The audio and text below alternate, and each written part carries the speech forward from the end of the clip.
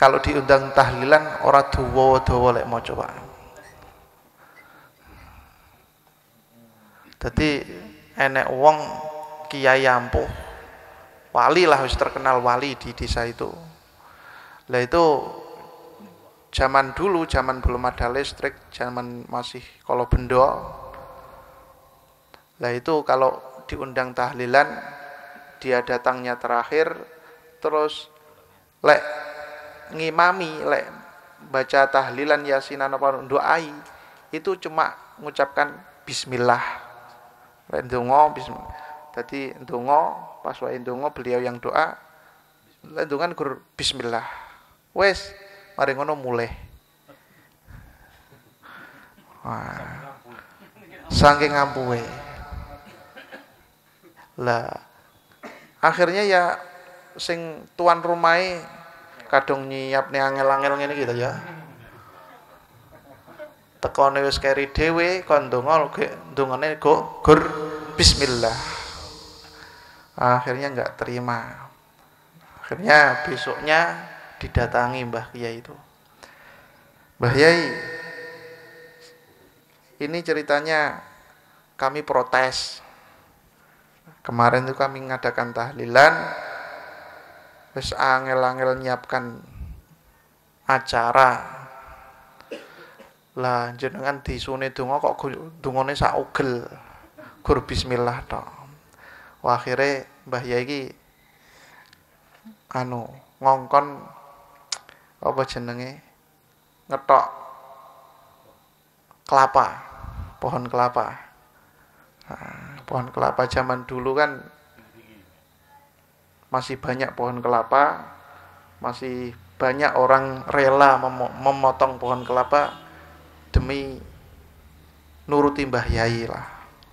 Wes akhirnya tebang nih kelopo tenan, terus buat timbangan. Jadi kayak timbangan loh, koyok apa namanya jot-jotan anak TK itu. Lah terus kon sing sebelah kon disuruh ngasih sapi 1 ekor itu disuruh ngencang di sebelahnya. Nah, setelah di satu ekor sapi kencang sebelahnya, lah yang satunya ini cuma tulisan bismillah ditimbang. Lah setelah ditaruh sebelahnya tulisan bismillah, jomplang yang sapinya ngangkat, bismillahnya turun. Lagi percaya, lagi taslim, lagi apa namanya taslim itu nerima bahwa bismillahnya Mbah Yai itu tidak sembarangan, tidak main-main. Karena ya tadi intinya dunia itu di baknya lafaz bismillah, dunia akhirat bahkan. Karena kepanjangan dari baknya bismillah adalah bi kana makana wa bi yakunu mayakunu. Sebab aku yang wujud telah wujud, sebab aku yang akan wujud.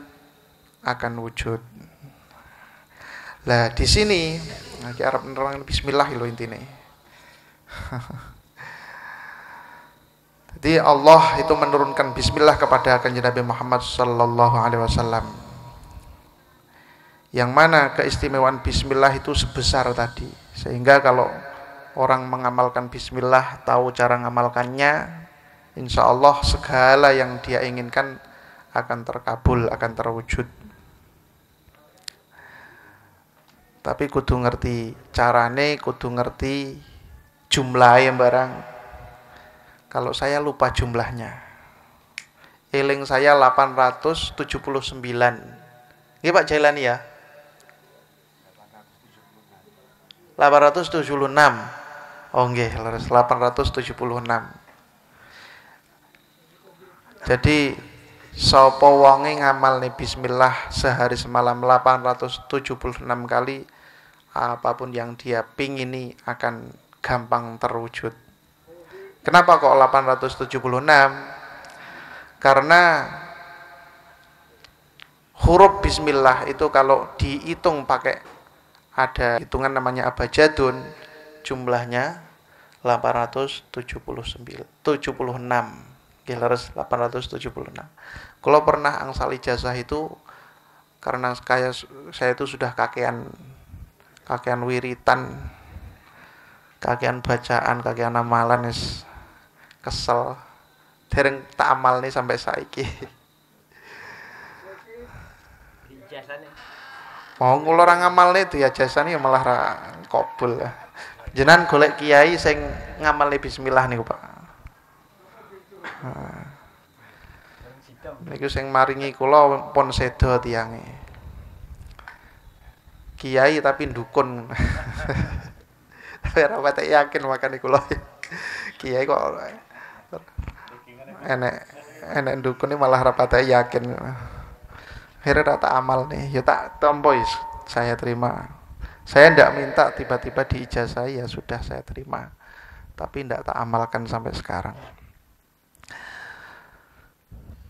Kemudian Allah menciptakan Kanjeng Nabi Muhammad SAW ini tidak main-main, artinya Allah menciptakan Kanjeng Nabi ini keistimewaannya banyak sekali. Di antara keistimewaan Kanjeng Nabi Muhammad SAW yang tidak dimiliki oleh manusia lain ini terkumpul dalam syairan lam yahtalim qattu taha mutlaqan abada. Ada yang pernah dengar, Pak? Wa ma tasa'aba aslan fi madha zamani min huddawabu falam tahrab wa ma waqa'at dhubabatun abadan fi jismihil hasani. Maksudnya bagaimana? Lam yahtalim qattu taha mutlaqan abada. Kanjeng Nabi Muhammad sallallahu alaihi wasallam itu tidak pernah sama sekali mimpi basah, mimpi keluar mani. Kalau kita semua pernah ngalami semua nggih. Zaman masih jomblo dulu. Nah, kalau sekarang kok sampai mimpi basah, berarti suwira keturutan kira-kira. Sampai tersimpan menggunung akhirnya tumpah.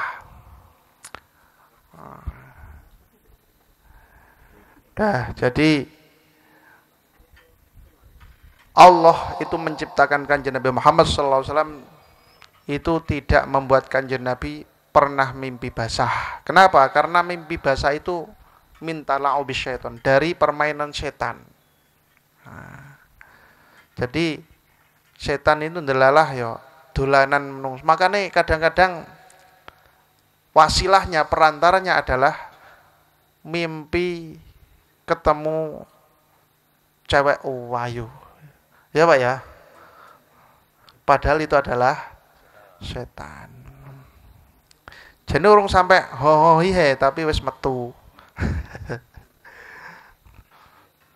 Lah ini tala'u bisyaiton. Dan halal itu Pak. Jadi termasuk zina yang halal, zina di dalam mimpi. Wis halalan ora thayyiban tapi karena tidurnya pasti ndak doa. Kemudian yang kedua wa matasaba aslan fi madaz zamani. Kanjeng Nabi Muhammad sallallahu alaihi wasallam juga tidak pernah angop, menguap. Karena at-tasawuf juga minasyaiton. Menguap itu juga alat setan untuk biar kita itu males.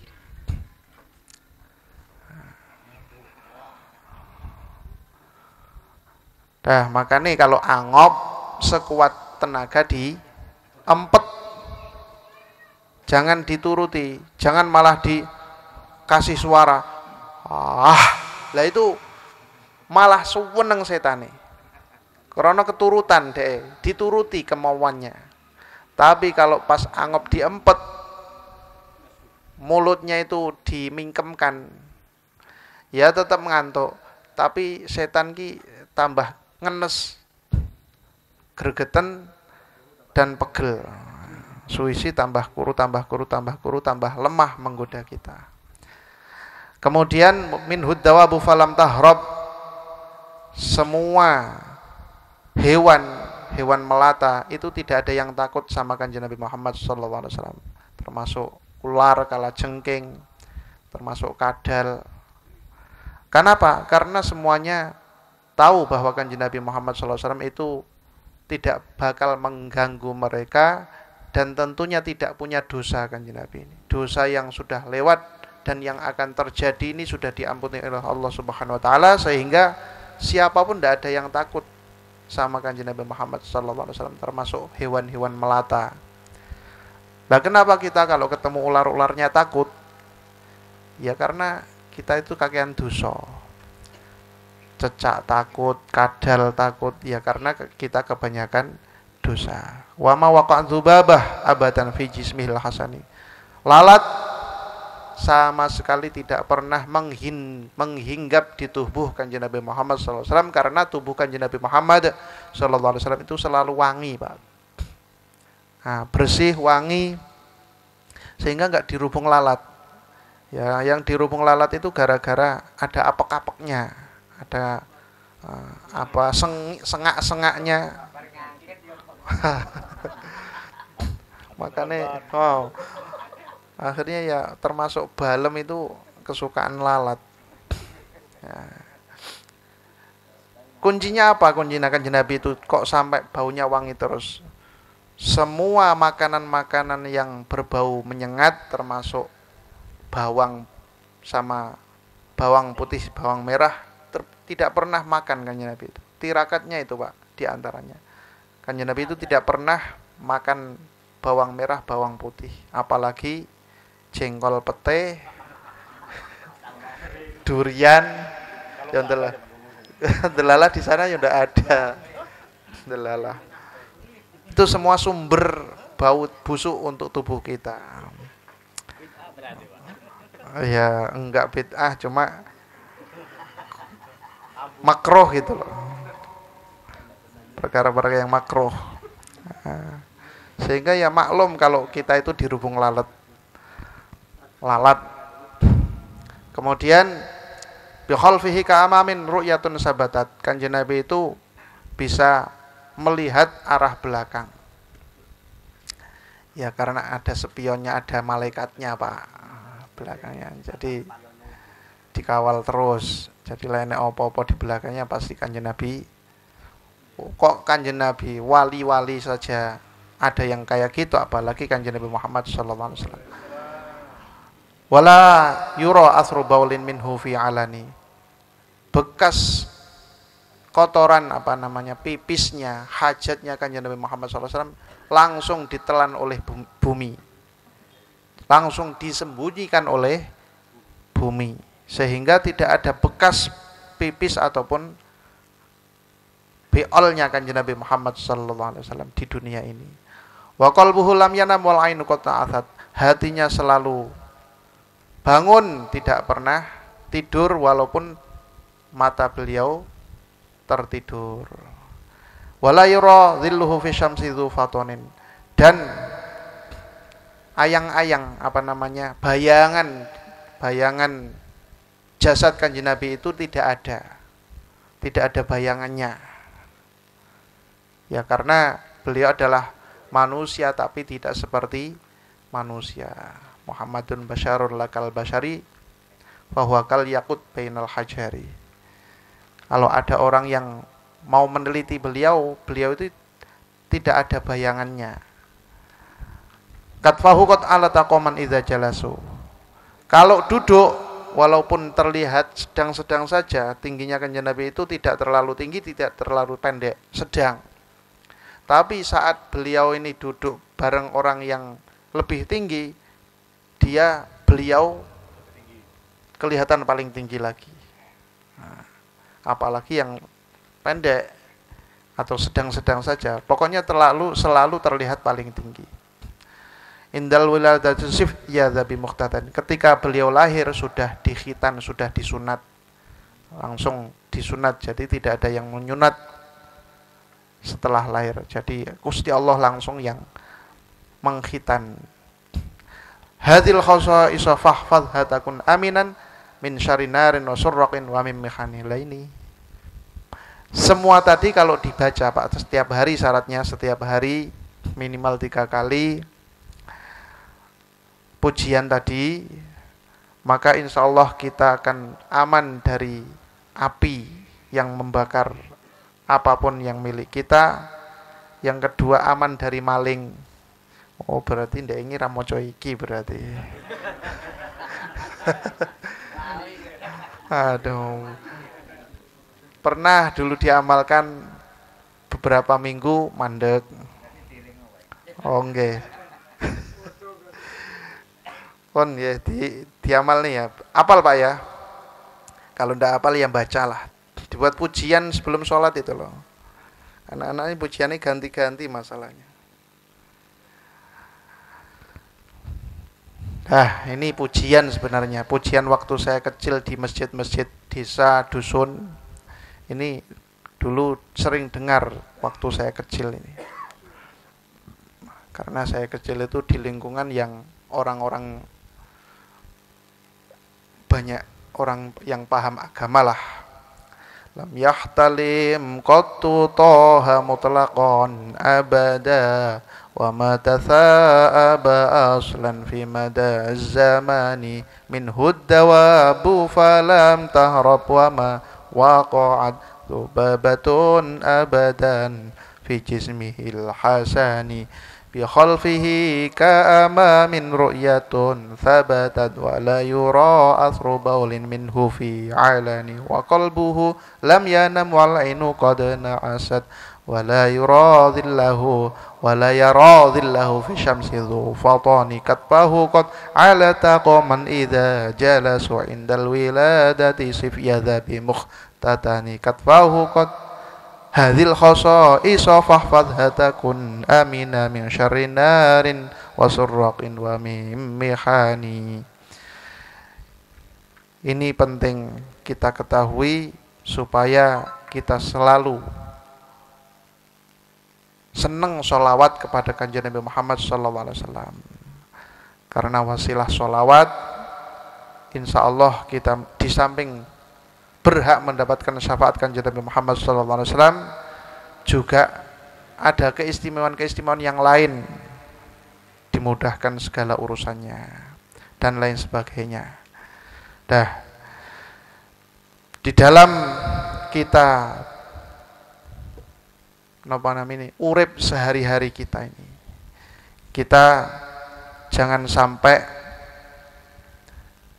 melewatkan ibadah-ibadah yang diwajibkan oleh Allah Subhanahu wa taala, baik ibadah sholat 5 waktu dan lain sebagainya kayak puasa, zakat dan sebagainya, dan juga untuk menambah mahabbah Allah Subhanahu wa taala kepada kita, tentunya kita kalau bisa nambahi ibadah-ibadah sunnah. Karena ibadah sunnah ini kadang-kadang malah niatnya lebih istimewa daripada ibadah fardu. Kebanyakan orang ngelakoni ibadah fardu itu gara-gara takut disiksa oleh Allah Subhanahu wa taala. Sementara ibadah sunnah ini murni karena pengen beribadah, berkhidmah kepada Allah Subhanahu wa taala. Kemudian di dalam ibadah fardu itu banyak macamnya. Ada yang zahir, ada yang batin. Yang zahir itu apa contohnya? Yang zahir yang nampak. Itu ada 2 macam. Ada yang wajib dikerjakan, ada yang wajib ditinggalkan. Yang wajib dikerjakan apa? Maklum ya, sholat, zakat dan sebagainya, puasa Ramadan itu loh Pak. Ya cuma puasa Ramadan tok yang wajib ya toh. Yang lain-lain kan tidak ada. Makanya diusahakan kapan lah iso ndang mulai poso sadurunge mati. Kalau kadung kedisian mati, wah ngaplo ning akhirat. Terus mulai sekarang mulai belajar apa sholat maghrib dhisik, Sing paling enteng sholat maghrib. Kenapa? Karena memang sholat maghrib itu sholat sing paling sedikit pahalanya. Waktunya santai. Jadi sholat sing paling sedikit pahalanya itu sholat maghrib. Sholat sing paling akeh pahalane sholat asar. Sholat asar, sholatil wusta itu sholat asar. Tapi lek ra jamaah. Tapi sholat sing paling besar pahalanya dibuat jamaah adalah sholat subuh. Itu bedanya. Kalau sholat sendirian atau sholat yang paling besar pahalanya ketika tidak jamaah itu sholat asar. Tapi ini berbagai macam versi ulama Pak ya. Sholatil wusta itu ada yang mengatakan sholat asar, ada yang mengatakan sholat subuh. Tetapi kalau jamaah, sholat jamaah itu jelas tidak ada pertentangan ulama, yang paling besar pahalanya adalah sholat subuh. Makanya isu-isu ngoyo-ngoyo berangkat neng masjid kan ya berat sekali. Ini sholat subuh. Dan sholat subuh yang paling besar pahalanya sholat subuh pas hari Jumat. Hari Jumat sholat subuh itu paling besar pahalanya jamaah. Paling besar lagi sholat subuhnya jamaah Jumat. Hari Jumatnya sholat subuh, sholat subuh pas hari Jumat pas bulan Ramadan. Besar sekali. Jumat terakhir dari bulan Ramadan subuh jamaah. Wah, itu paling besar sekali wis. Kalau dikumpul-kumpulkan keistimewanya kan Ramadan itu paling utama waktunya adalah pas akhir-akhir Ramadan. Hari seminggu paling utama adalah hari Jumat. Sholat dari 5 waktu itu yang paling besar pahalanya kalau dibuat jamaah adalah sholat subuh.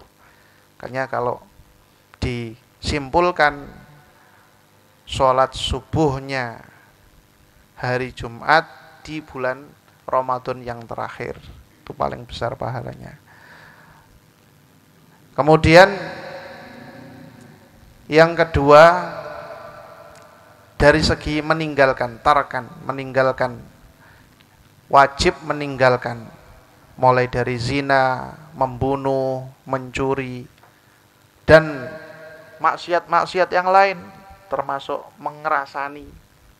Mengerasani itu membicarakan orang lain yang jelek-jelek, yang seandainya orang lain itu dengar dia pasti tidak suka.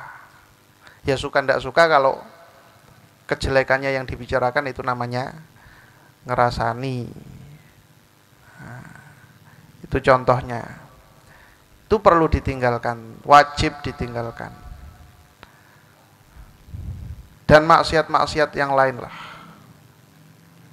Dari seluruh perkara yang diharamkan. Kemudian kewajiban Allah yang selanjutnya adalah kewajiban yang batinah, yang tidak nampak. Ini juga agak berat karena kewajiban yang batinah ini diawali dengan kewajiban yang zahir, yang nampak. Apa itu kewajiban yang batin? Yakni ilmu billah, ma'rifat kepada Allah, ngerti Gusti Allah, kenal sama Gusti Allah, cinta sama Allah, pasrah sama Allah, takut sama Gusti Allah. Lah ini yo berat. Ya mungkin diawali dengan kumpul-kumpul ngopi ngaji seperti ini. Insya Allah ini awal yang baik atau kelanjutan yang baik. Kalau sudah tidak ngawali, ya kelanjutan yang baik. Kalau terus istiqomah, lama-lama hati ini akan terus memancarkan cahaya hikmah. Karena dengan kita mendengarkan ilmunya Allah seperti ini, pasti ada manfaatnya Pak. Jangan dikira tidak ada manfaatnya. Pasti ada manfaatnya, tapi kita kadang-kadang tidak sadar manfaat itu, tahu-tahu loh kok gampang ya diajak melangkah untuk ibadah, tahu-tahu kok gampang ya saya ini menerima nasihat orang. Itu yang paling berat ya, dinasihati wong kadang-kadang tidak terima, ngamuan. Bahkan tidak itu tok, dibangunkan istri kon subuhan loh kadang-kadang ngamuk dhisik, mancal dhisik gitu. Ini enten sing nyata seperti itu curhat sama saya. Setelah dia sering main ke sini, mulai Pak, dia itu senengnya Pak. Alhamdulillah saya itu kalau sekarang dibangunkan subuh ndak ngamuk lagi. Ada yang curhat sama saya. Oh, alhamdulillah berarti ada manfaatnya kamu main-main ke sini.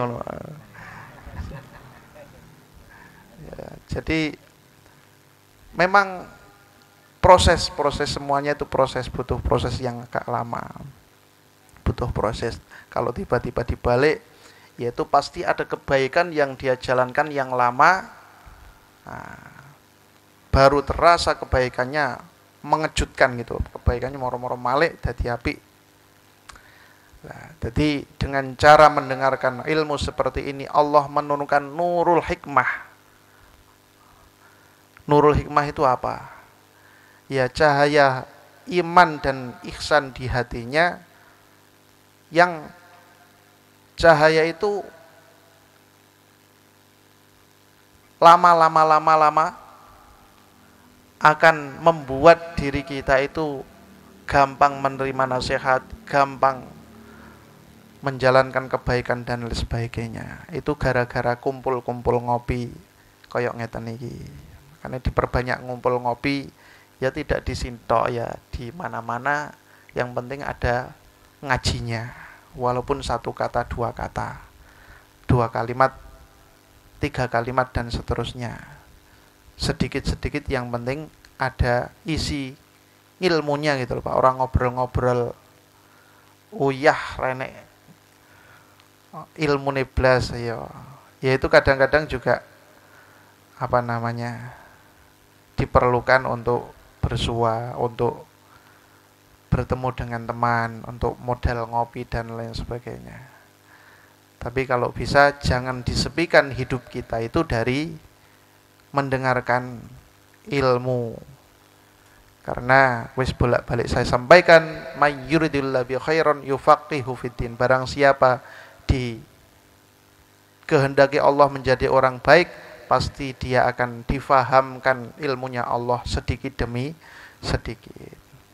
Wong seandainya kita itu mulai lahir ceprot ngaji, belajar ilmu agama, sampai misalnya umurnya 100 tahun lebih, ngaji tok gaya apa jenenge acaranya, itu saja ilmunya Allah belum habis.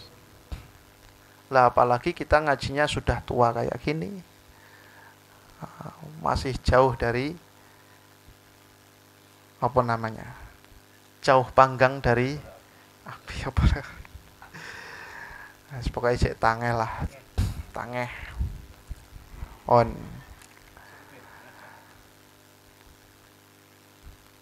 Jadi ilmu ibadah fardu ini semuanya kalau bisa dijalankan, walaupun pertama kali karena takut disiksa oleh Allah Subhanahu wa ta'ala. Dan yang kedua, diusahakan melaksanakan ibadah-ibadah sunnah, kayak sholat sunnah qobliyah, sholat sunnah ba'diyah, sholat fardu. Karena sholat sunnah paling utama adalah sholat sunnah yang mengiring-iringi sholat fardu, yakni qobliyah, ba'diyah setelah sholat fardu.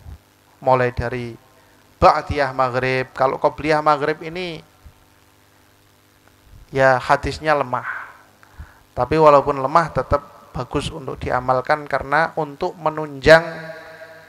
menambah keutamaan ibadah kita. Karena kalau kita membiasakan ibadah sunnah, buahnya adalah dicintai oleh Allah Subhanahu wa taala. Termasuk salat sunnah yang lain, contohnya salat duha. Ada yang pernah salat duha ini? Kayaknya ndak kober. Karena di kebun karet itu ngejar getah pagi-pagi itu loh. Nah, karena delalah Gusti Allah itu menciptakan getah karet pas banter-banternya itu ya pas pagi-pagi, bahkan sebelum subuh, Pak. Getah karet pas banter-banternya itu kalau disadapnya sebelum subuh. Pokoknya malam lah. Malam jam 12 ke atas. Itu delalah Gusti Allah itu menciptakan getah karet itu sing paling banter. Tapi kalau kita bisa mengatur waktu,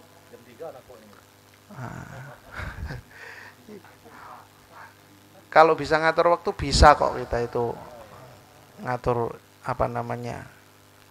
kewajiban-kewajiban tadi. Tidak mungkin Allah itu menciptakan getah karet delalah pas banter-banternya jam-jam malam itu membuat Allah itu menyibuk, membuat seorang hamba itu tidak kober ibadah, tidak mungkin. Sesibuk apapun pekerjaan, tetap Gusti Allah itu memberi kewajiban sholat 5 waktu itu pasti sudah dipertimbangkan matang-matang sama Gusti Allah.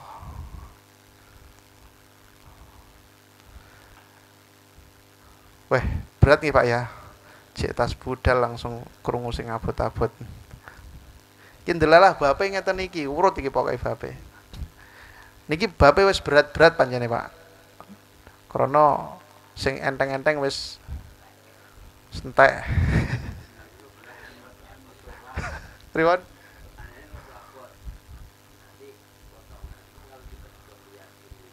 Heeh.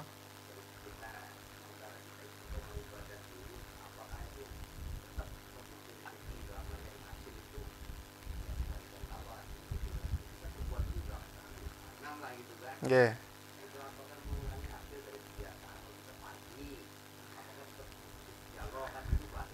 Nggih, nggih. Ngeten, masalah kerja ki asline ngeten lho Pak. Kerja tuh. Bergerak itu wajib, artinya kita gerak untuk bekerja itu memang perlu. Dan kebetulan kita hidup di kebun karet ini delalah ya Gusti Allah menciptakan karet seperti itu tadi.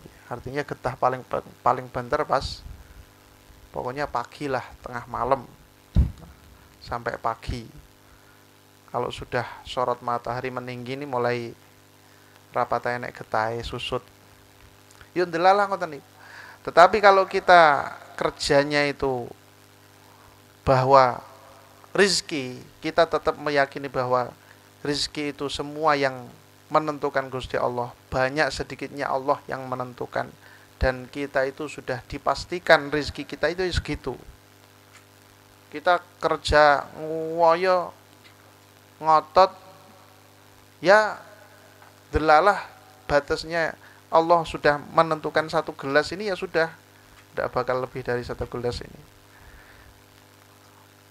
Tidak ngoyo ya segitu.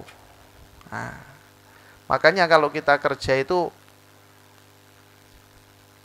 jangan al-ajru bi qadri ta'ab, jangan berpegangan teguh dengan al-ajru bi qadri ta'ab. Jadi hasil itu tergantung kesulitannya. Yaitu memang benar, tapi tidak benar 100%. Nah, untuk urusan rizki itu pokoknya kita ya kerja sekedarnya saja. Intinya kerjaan kita jangan sampai menggerus waktu ibadah kita kepada Allah Subhanahu wa taala. Karena kita kerja itu harus meyakini bahwa sing mengasih rizki tetap Gusti Allah Subhanahu wa taala. Banyak sedikitnya ya Gusti Allah Subhanahu wa taala. Kemudian yang kedua, tetap husnudzon. Tetap husnudzon dengan kita menjaga ibadah kepada Allah. Allah lah yang menentukan rezeki kita. Jadi intinya jangan berpegangan teguh dengan semakin seser lek kerja semakin banyak hasilnya. Ya kelihatannya iya Pak, tapi ndelalah sama Gusti Allah itu entah dikurangi lewat sakit, entah dikurangi lewat hilang dan seterusnya. Nah, akhirnya ya panggah segitu aja dapatnya. Nah, ya cara Gusti Allah yang caranya wakeh toh untuk mengepaskan memang hasilnya segitu ya sudah segitu. Ada orang guru rapatek tenanan lek kerja yo hasilnya buanter kayak Pak Randy ini. Guru ndelok ya panggah kober Jumatan ya panggah kober ibadah ya nyatane panggah akeh rezekine. Sing suweser ya panggah ngono kuwi. Lah niki Gusti Allah yo lek ngatur panggah sudah ada kepastian kalau urusan rezeki. Yang belum ada kepastian itu adalah ilmu, Pak. Ilmu itu kalau tidak diusahahi sekuat tenaga, ya dapatnya segitu-gitu aja. Ilmunya Gusti Allah. Makanya yang wajib diusahakan sekuat tenaga adalah ilmunya Gusti Allah. Karena dengan mencari ilmu ini, Allah itu sudah menjamin orang kalau ngaji, orang yang ngaji terus itu, Gusti Allah itu sudah menjamin dunianya, Pak. Dunia dijamin sama Gusti Allah. Karena Gusti Allah itu sudah dawuh, ya dunya ukhdumi man khodamani. Hei dunia, apa jenenge ukhdumi itu? Layanilah orang yang melayani aku. Dan ini Gusti Allah sudah dawuh seperti itu. Makanya dengan ngaji banyak orang itu sudah dijamin rezekinya sama Gusti Allah. Karena jangan ninggal ngaji, kemudian tentu dorongan-dorongan batin juga jangan ditinggalkan. Jadi kerja ya juga perlu, tapi jangan melupakan ngaji terus mendorong supaya rezeki itu lancar itu juga perlu dilakukan.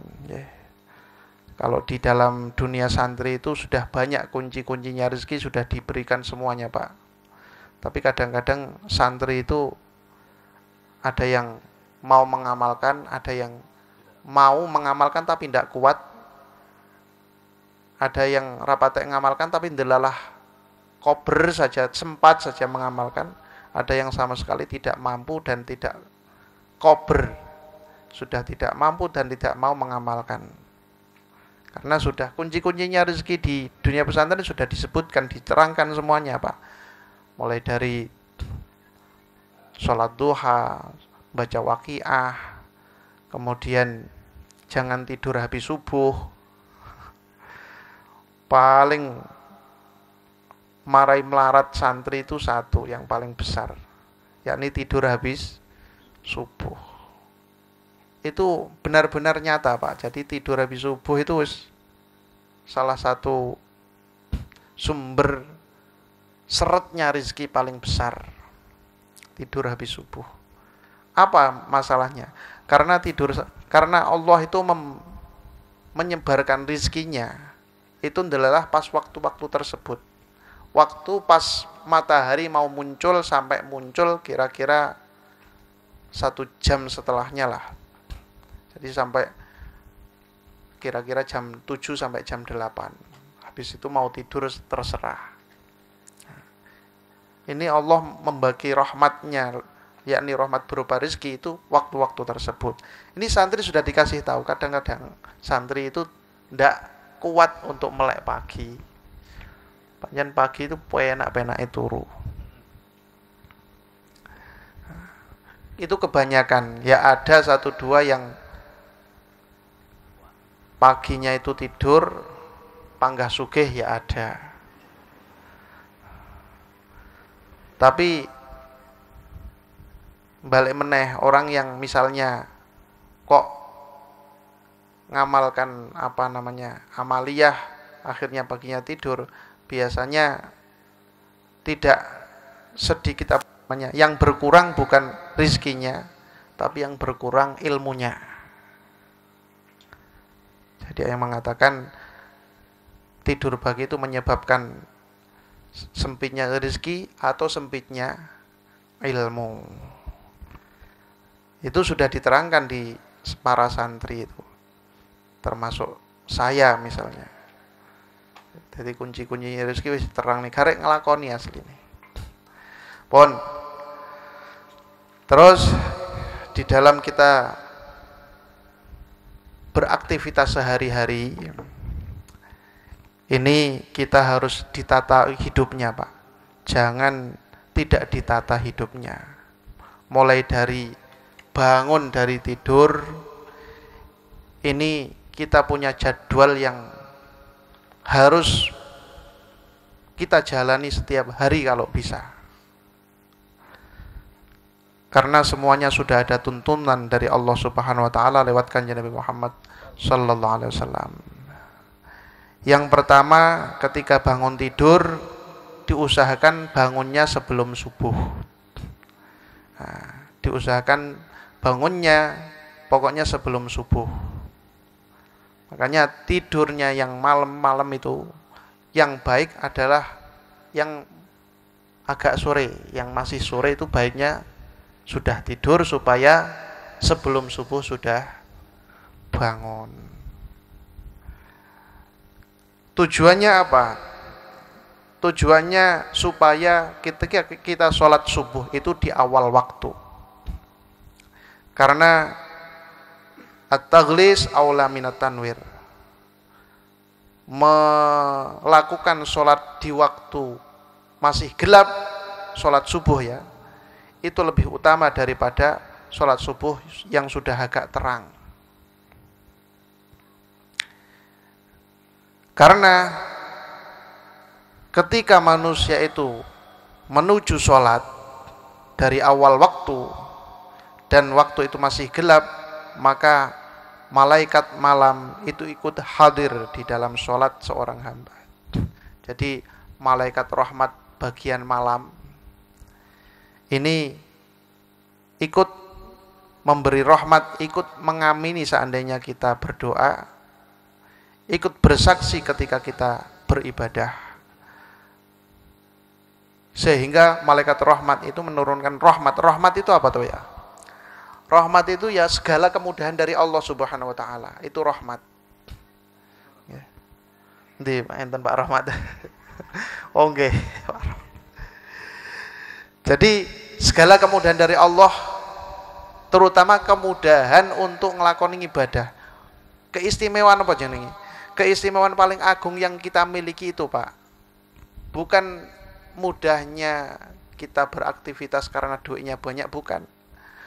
Tapi keistimewaan yang paling besar yang diberikan oleh Allah untuk kita adalah kemudahan kita melaksanakan nyembah Gusti Allah. Kok semakin mudah, itu berarti rahmat Allah yang turun kepada kita itu semakin banyak. Di antara caranya, kita itu kalau bangun lebih awal, syukur ada tahajudnya.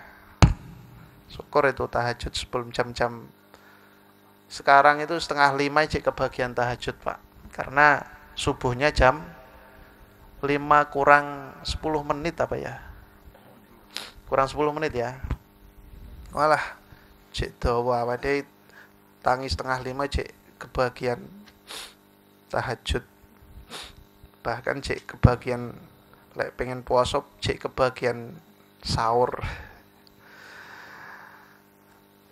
Kemudian yang selanjutnya, kalau kita bangunnya masih gelap, maka pasti kita menemui waktu sudah terang. Artinya waktu terang juga kita temui, sehingga malaikat bagian siang, bagian yang pas matahari mulai kelihatan padang-padangnya itu juga menyaksikan ibadah kita. Apalagi kalau subuhnya itu bacaannya panjang dan tartil.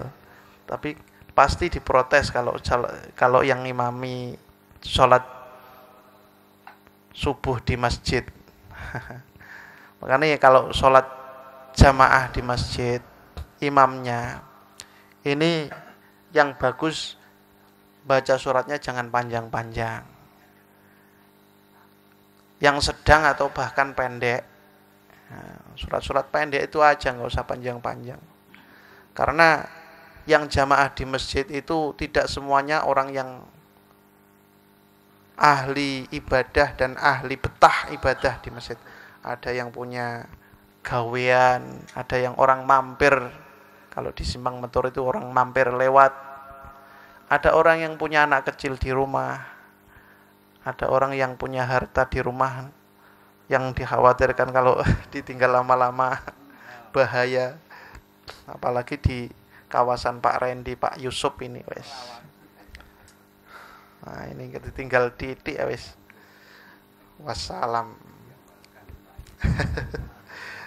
Termasuk Pak Kartawi ndelalah golek omah ning daerah kono. Ah, yes.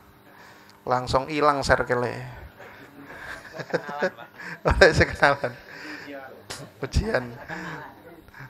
Tapi insyaallah Pak Kartawi insyaallah dijoli luwih akeh engko insyaallah. Kowe ngetes kesabarane jenengan kan wingi wis bab sabar wis lewat ya. Sabar wis ora usah cerita ngalor ngidul ngitan meneng ae. Apa-apa ilang wis meneng ae. Kalau dijoli sama Gusti Allah tanpa kita sadari. Gak usah pengumuman, gak usah pasang status, gak usah ngeluh, gak usah cari-cari kambing hitam. Wah, repot.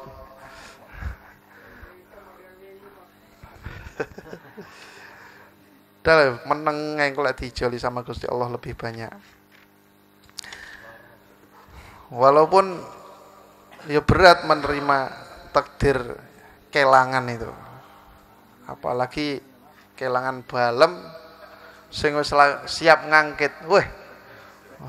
Muncu-muncu ndelalah diambil, dipanen sama tetangga ini. Wah. Iki gregetene ya Allah. Kan kemarin kan tujuan Gusti Allah ngasih cobaan kan dua ya. Pertama, gara-gara Allah itu pengen menghapus dosa kita, yang dosa kita tuh terhapusnya pakai lewat cobaan seperti tadi. Seperti hilangnya balem ini. Kalau kita sabar nerima takdir, alhamdulillah. Ya wis muga-muga sing nyolong tambah sugih. Sukses ben ra nyolong neh. Ah ngono. Dongane sing apik pisan. Lupa. Doaul madlum mustajab ki, kalau kita mendoakan, doanya orang yang teraniaya itu mandi atau mustajab itu kalau kita doanya berhubungan dengan musibah yang kita alami. Maksudnya yang kalau kita mendoakan maling tadi, semoga kecelakaan, insya Allah ya mandi tenan. Semoga mati, ya bakalnya pasti mati lah. Tombo matine luwih cepet apa piye?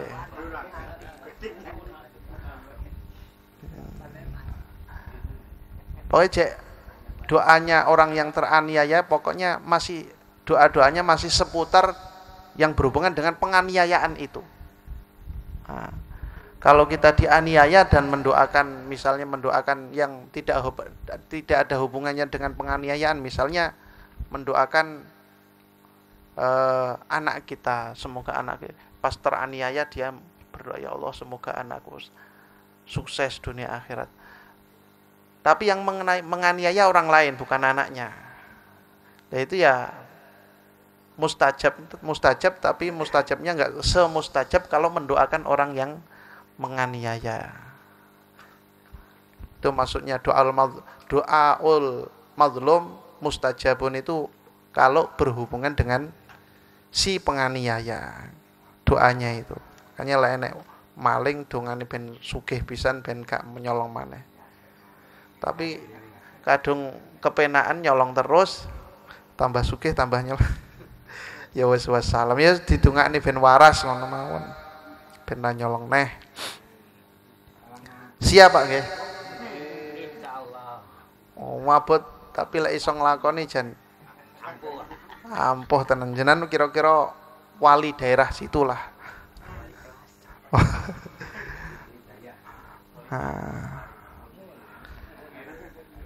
Jadi kita ibadah yang baik, kalau ibadah terutama sholat subuh mulai dari bangun tidur ini ya, ini kita membahas tentang tata krama mulai bangun tidur. Kita kalau bisa bangun tidurnya sebelum subuh, supaya malaikat malam bagian rahmat ini ikut mendoakan dan memberi rahmatnya Allah kepada kita.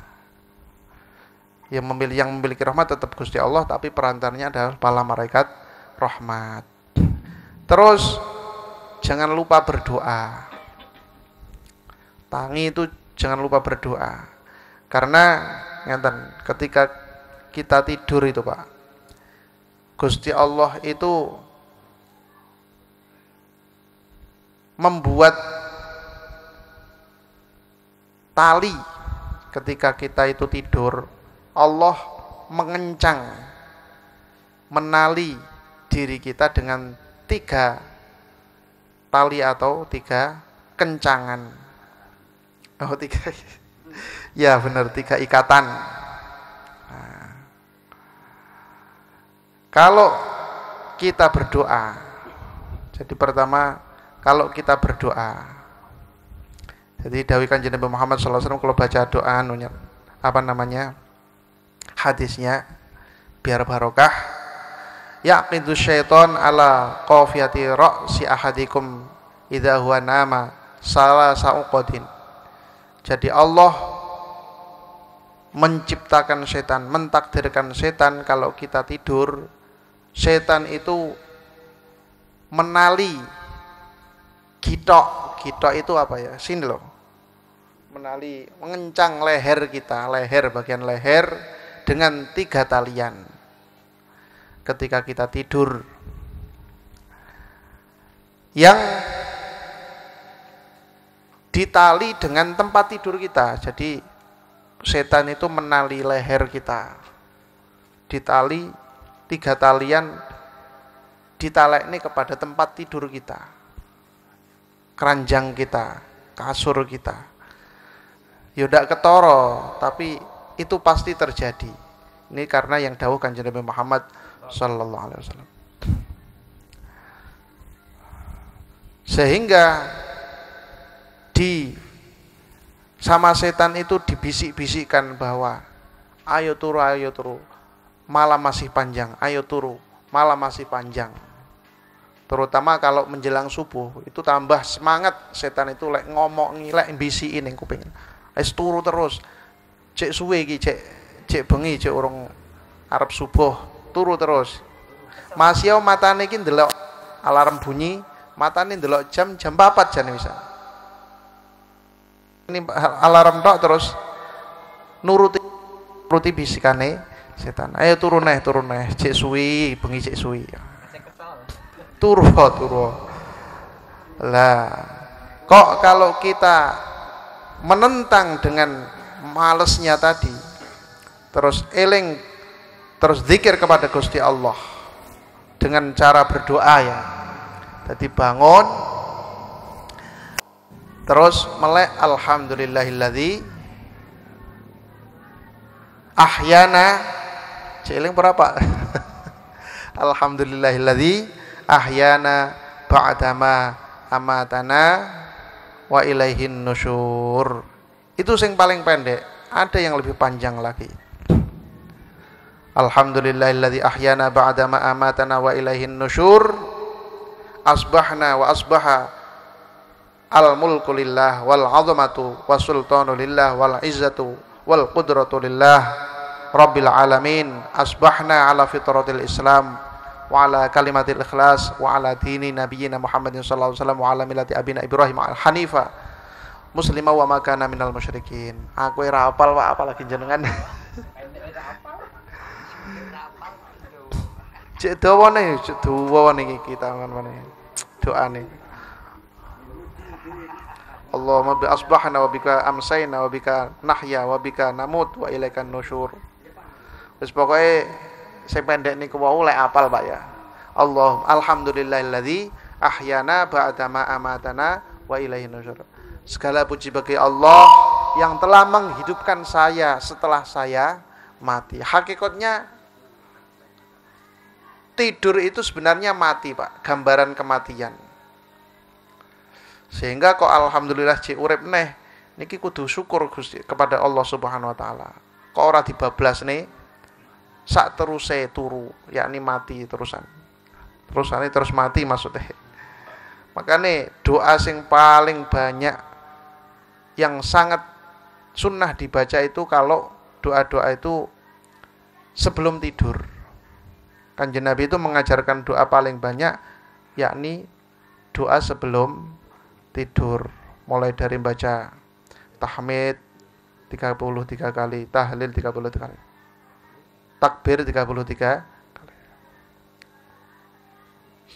Subhanallah, tasbih, tahmid, takbir. Subhanallah, subhanallah, subhanallah, alhamdulillah, alhamdulillah, alhamdulillah, Allah akbar, Allah akbar. Terus baca surat Tabarok. Terus doa-doa sebelum tidur banyak sekali. Surat Tabarok ini adalah surat yang menjamin kita kalau mati insya Allah matinya husnul khotimah. Surat Tabarok Al-Mulk, satu-satunya cara kita yang bisa kita usahai supaya kita mendapatkan husnul khotimah ya baca surat Al-Mulk setiap malam, terutama mau tidur. Yang paling bagus mau tidur. Kalau tidak sempat mau tidur ya pokoknya waktu malam. Jangan siang, kalau siang biasa. Artinya hikmah dari membaca surat Tabarok itu ya sama dengan baca surat-surat yang lain. Tidak menyebabkan atau tidak menjadi wasilah kita mendapatkan husnul khotimah. Jadi ketika kita bangun tidur kok doa alhamdulillahilladzi ahyana ba'da ma amatana wa ilaihin nusyur, maka lepaslah satu tali dari leher kita yang mengikat kita dengan tempat tidur kita. Nah, setelah itu kok langsung menyat wudu, maka tali tadi ikut kejeding Pak, talinya itu ikut cek nyantel ning leher kita sampai ke kamar mandi, belum lepas. Ketika kita wudu barulah tali yang mengikat leher kita lepas dua.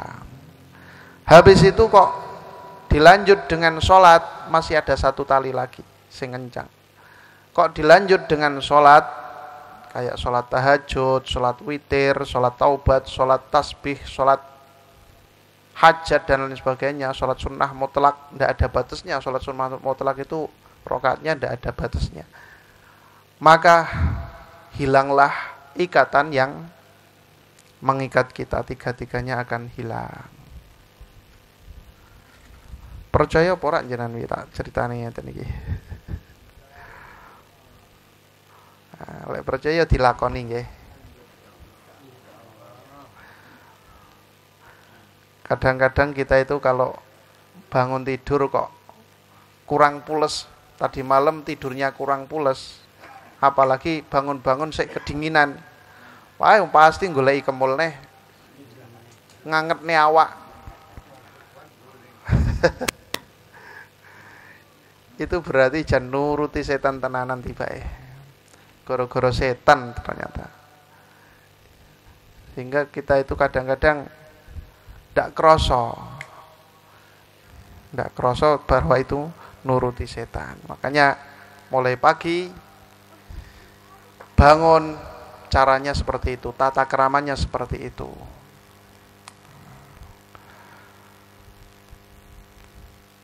Terus setelah itu ibadah-ibadah fardu, ibadah-ibadah sunnah dijalankan sampai keluar matahari. Termasuk kerja, berangkat kerja ini termasuk salah satu ibadah. Bahkan itu termasuk kewajiban setelah kewajiban. Artinya bagaimana?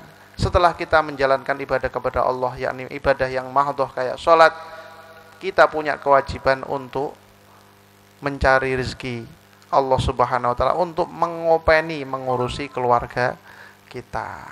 Sehingga mencari duit, mencari ekonomi, mencari ma'isyah itu adalah kewajiban setelah kewajiban. Termasuk wajib, Pak. Kalau diniati ibadah, jadi benar-benar menjadi pahala yang wajib dari Allah Subhanahu wa taala.